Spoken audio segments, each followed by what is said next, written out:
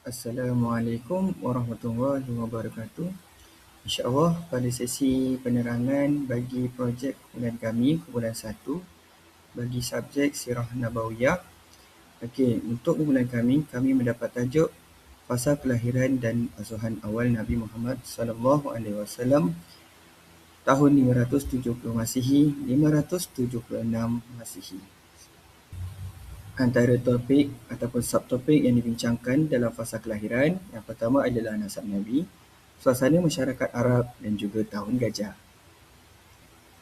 Seterusnya, untuk asuhan awal, iaitu ketika bab penyusuan Halimatus Sa'diyah, pembentukan akhlak awal Rasulullah SAW dan juga peristiwa pembelahan dada. Baiklah, kita masuk pada yang pertama iaitu tahun gajah. Kelahiran Nabi di mana Nabi lahir pada 12 Rabiul Awal tahun gajah 570 Masihi di Mekah, Arab Saudi. Dinamakan tahun gajah kerana Gubernur Abraha, Gubernur Yaman ingin menghancurkan Kaabah di Mekah dan mengalihkan pusat ibadah umat Arab ketika itu ke gereja yang dibinanya di Sana'a, Yaman. Iaitu Abraha membawa pasukan besar termasuk gajah untuk menyerang Mekah. Kedua, serangan Abraha. Abraha mengumpulkan pasukan besar termasuk gajah untuk menyerang Mekah dan menghancurkan Kaabah. Pasukan ini terdiri daripada ribuan tentera dan beberapa ekor gajah. Mereka bergerak menuju Mekah, menghancurkan segala apa yang ada di hadapan mereka. Ketiga, pertahanan Mekah. Ketika itu, penduduk Mekah yang dipimpin oleh Abdul Muttalib, iaitu Datuk Nabi Muhammad SAW, tidak mampu melawan pasukan Abraha. Mereka memutuskan untuk meninggalkan Mekah dan melindung di gunung ganang sekitarnya. Kemudian yang keempat, datangnya mukjizat Allah di mana ketika pasukan Abraham mendekati Mekah, Allah Subhanahu Wa Taala menghantar burung ababil yang membawa batu-batu kecil dari neraka. Batu itu dijatuhkan ke atas pasukan Raja Abraha dan menyebabkan mereka hancur dan musnah. Musnah binasa. Gajah-gajah mereka juga menolak untuk maju ke arah Kaabah. Kisah ini kita boleh dapati di mana-mana platform.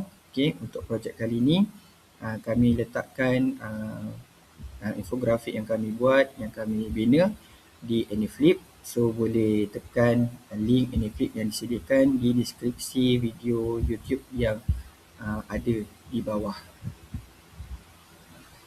Okey, baik. Di sini kita boleh lihat nasab Nabi Muhammad SAW daripada belah bapa.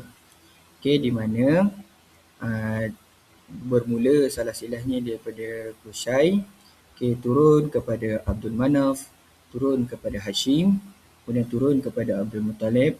Kemudian Abdul Muttalib mempunyai 1, 2, 3, 4, 5, 6 orang anak, di mana salah seorangnya adalah Abdullah yang melahirkan Nabi Muhammad SAW.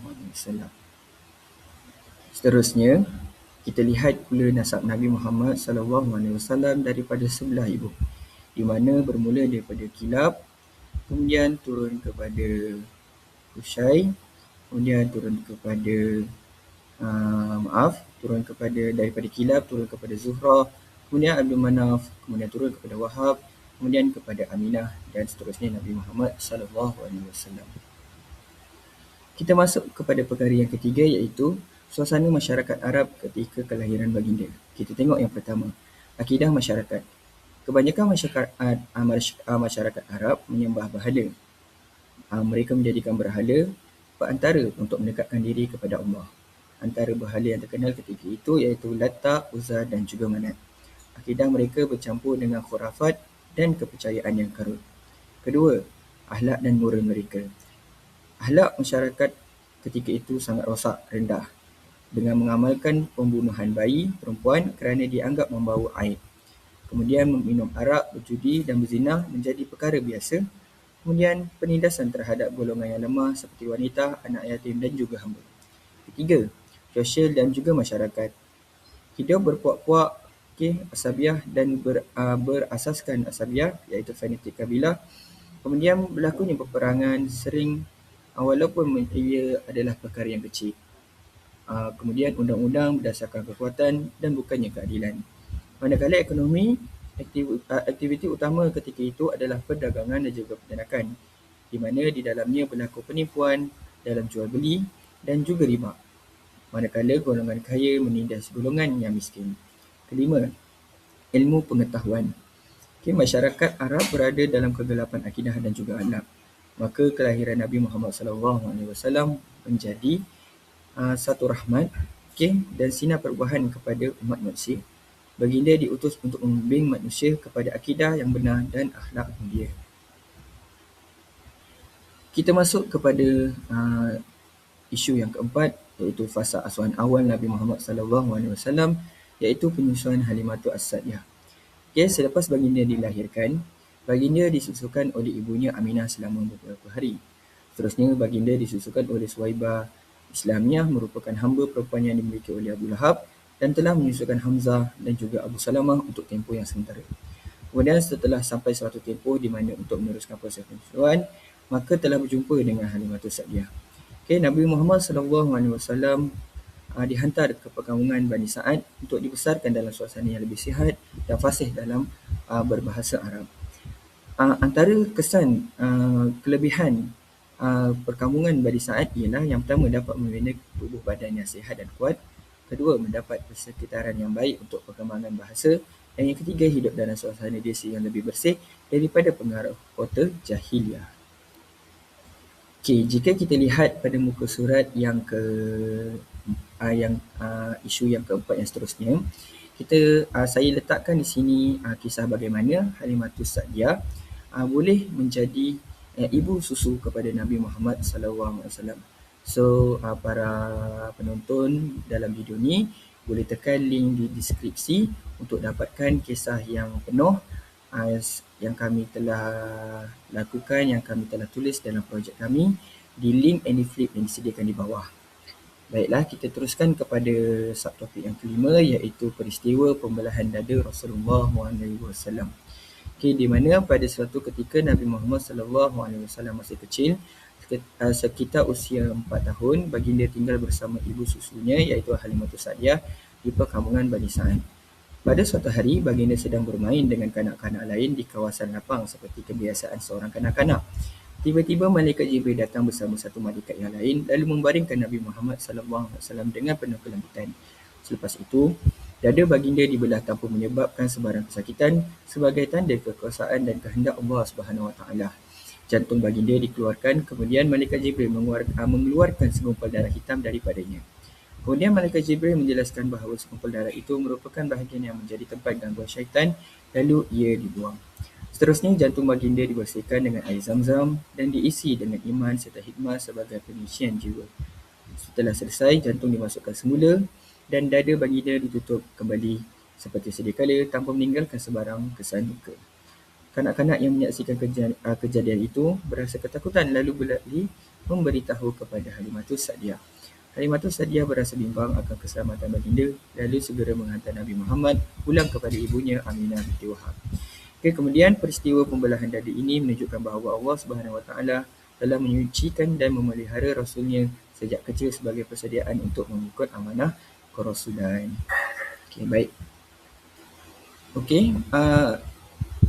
Peristiwa tersebut juga telah dicatatkan dalam hadis sahih yang menceritakan kejadiannya, di mana pada akhir penyusuan Nabi Muhammad SAW, sebagaimana yang diriwayatkan oleh Imam Muslim, saya bacakan mafhumnya saja, bahawasanya Rasulullah SAW didatangi oleh Jibril ketika beliau sedang bermain dengan anak-anak kecil yang lain. Lalu Jibril memegang beliau dan merebahkannya, kemudian membelah jantungnya. Jibril mengeluarkan jantung tersebut dan mengeluarkan segumpal darah darinya seraya berkata, "Ini adalah bahagian syaitan yang ada padamu." Kemudian Jibril mencucinya di dalam bejana emas dengan air zam-zam, lalu mengatupkannya, merapatkan jantungnya kembali dan mengembalikannya ke tempatnya semula. Sahih Muslim, Kitab Al-Iman, nombor 162. Kita masuk kepada topik yang terakhir, iaitu topik 6, iaitu pembentukan akhlak awal Rasulullah SAW. Yang pertama, dijaga oleh ibu susuannya. Di mana baginda diasuh dan dijaga dengan baik oleh Halimatul Sa'diyah yang memberinya kasih sayang dan didikan awal. Hal ini membentuk kepribadian Nabi Muhammad yang penyayang. Kemudian yang kedua, dibesarkan di kalangan Bani Sa'ad. Baginda dibesarkan di tengah-tengah masyarakat Bani Sa'ad yang terkenal dengan keberanian dan kejujuran yang mempengaruhi akhlak baginda. Ketiga, baginda kembali ke Mekah dan diasuh oleh Abdul Muttalib. Setelah kembali ke Mekah, baginda diasuh oleh datuk baginda iaitu Abdul Muttalib. Datuknya telah memberi kasih sayang dan sepenuhnya perhatian kepada baginda. Hal ini dapat membentuk kepribadian baginda menjadi seorang yang prihatin. Kemudian yang keempat, didikan Rabbaniyah. Di mana ala Rasulullah dibentuk secara langsung oleh Allah Subhanahu Wa Taala, di mana baginda dipelihara daripada perbuatan keji, maksiat daripada kecil lagi. Inilah asbab akhlak baginda sempurna walaupun hidup masyarakat jahiliah di Mekah. Kemudian kelima, kehidupan sebagai anak yatim. Kewafatan bapa dan ibu baginda sejak kecil membentuk jiwa yang tabah, sabar dan juga berdikari.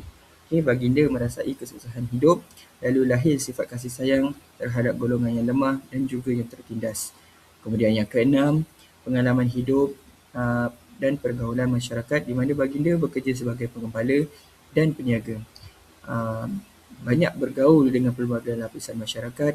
Dari terbentuknya pergaulan tersebut, lahirnya sifat jujur, amanah, lemah lembut dan adil. Baginda juga digelar Al-Amin sebelum kenabian Nabi SAW.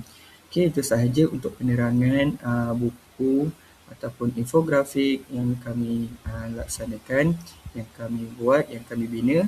Boleh dapatkan dan boleh dapatkan ini flip yang kami sediakan di link di bawah deskripsi video.